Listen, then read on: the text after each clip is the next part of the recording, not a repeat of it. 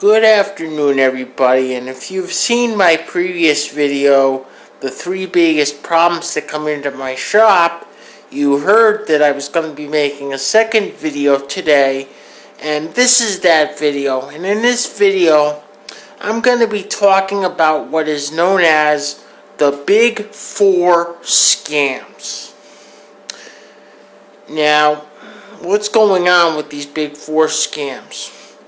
Identity theft used to be the big moneymaker for computer criminals, but due to some changes and updates in various laws and increased awareness of identity theft and the problems that surround it, identity theft is no longer the huge moneymaker that it once was. So computer criminals have developed some replacements, and those replacements are what I call the Big 4 scams. Now, what are they? The first one is tech support scams. And I'm going to talk about the 3 different types of tech support scams. The first type is when you're on your computer surfing the internet, and all of a sudden, you get a large box that says something like this: "Warning, your computer is infected with malware. Please call," and there'll be a 1-800 number listed. "Call this number and we'll get it cleaned off before we cut you off from your computer or your internet access or whatever."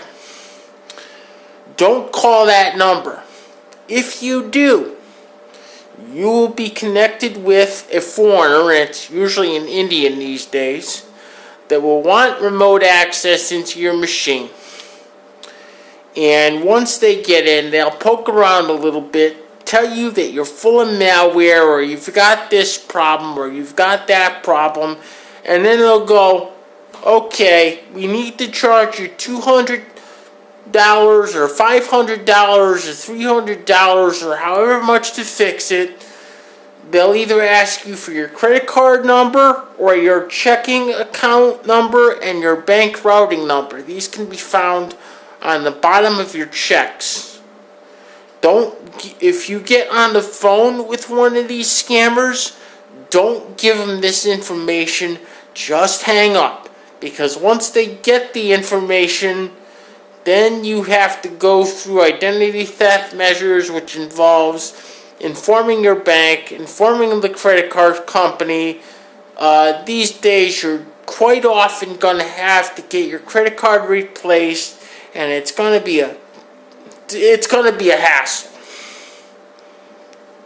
Plus, you're going to need your computer scanned for malware to make sure the scammers didn't drop anything on it. In fact, I have someone coming Monday that I have to do just that to, because she got sucked in by a scammer.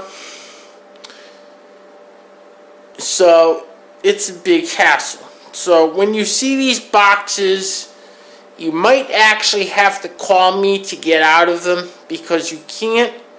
Typically, if you try to close the window, you'll find that you can't. The easiest way to get out of them is to just reboot the computer totally. But if you can't do that, or you don't know how to do that, give me a call, and my contact information will be readily available, as I've said before. The second way you can get tech support scammed is through robocall. You will get a phone call that has a similar message to the computer message that I just told you. Either they're from such and such company, they've picked up that your computer's infected with malware, please call this number, or another variant is, we've detected that your Windows license is about to expire, please call this number. Again, just hang up. The third type of tech support scam is much more insidious, and that's caused by you looking for a legitimate tech support phone number.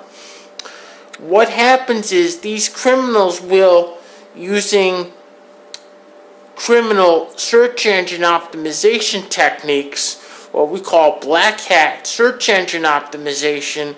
They will put their scam 1-800 numbers at the top of searches for common legitimate tech support numbers, such as Yahoo.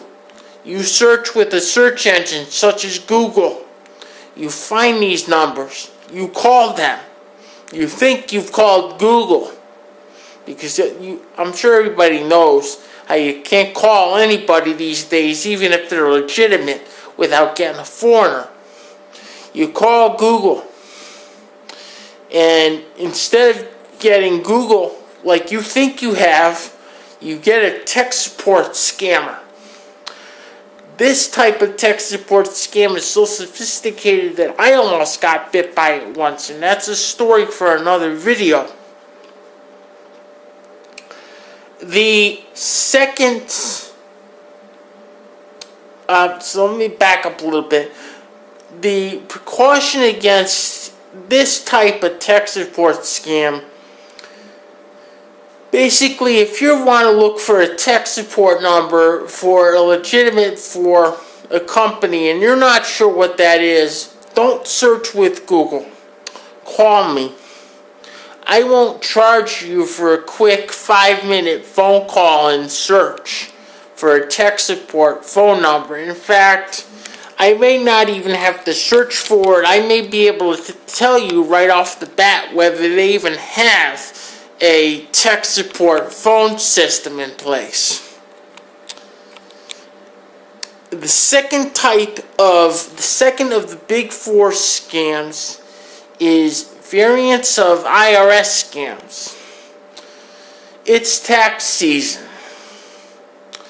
And it used to be that you used to be able to get scammed via theft of your tax returns. Well, a couple years ago, the IRS made some big changes in the way that tax return filing works and the way that preparers have to file tax returns, and they've done a lot of increased security, so the traditional IRS scams don't work anymore. What they've switched to is now contacting companies and asking for personal data through a technique called spear phishing. And spear phishing is when a scammer will actually find out who the principals at a company are, or let's say the superintendent of schools of a school system. They'll find out who the principals are, they'll get their emails, then they will email a secretary posing as their boss, asking for, let's say, a whole bunch of W-2s.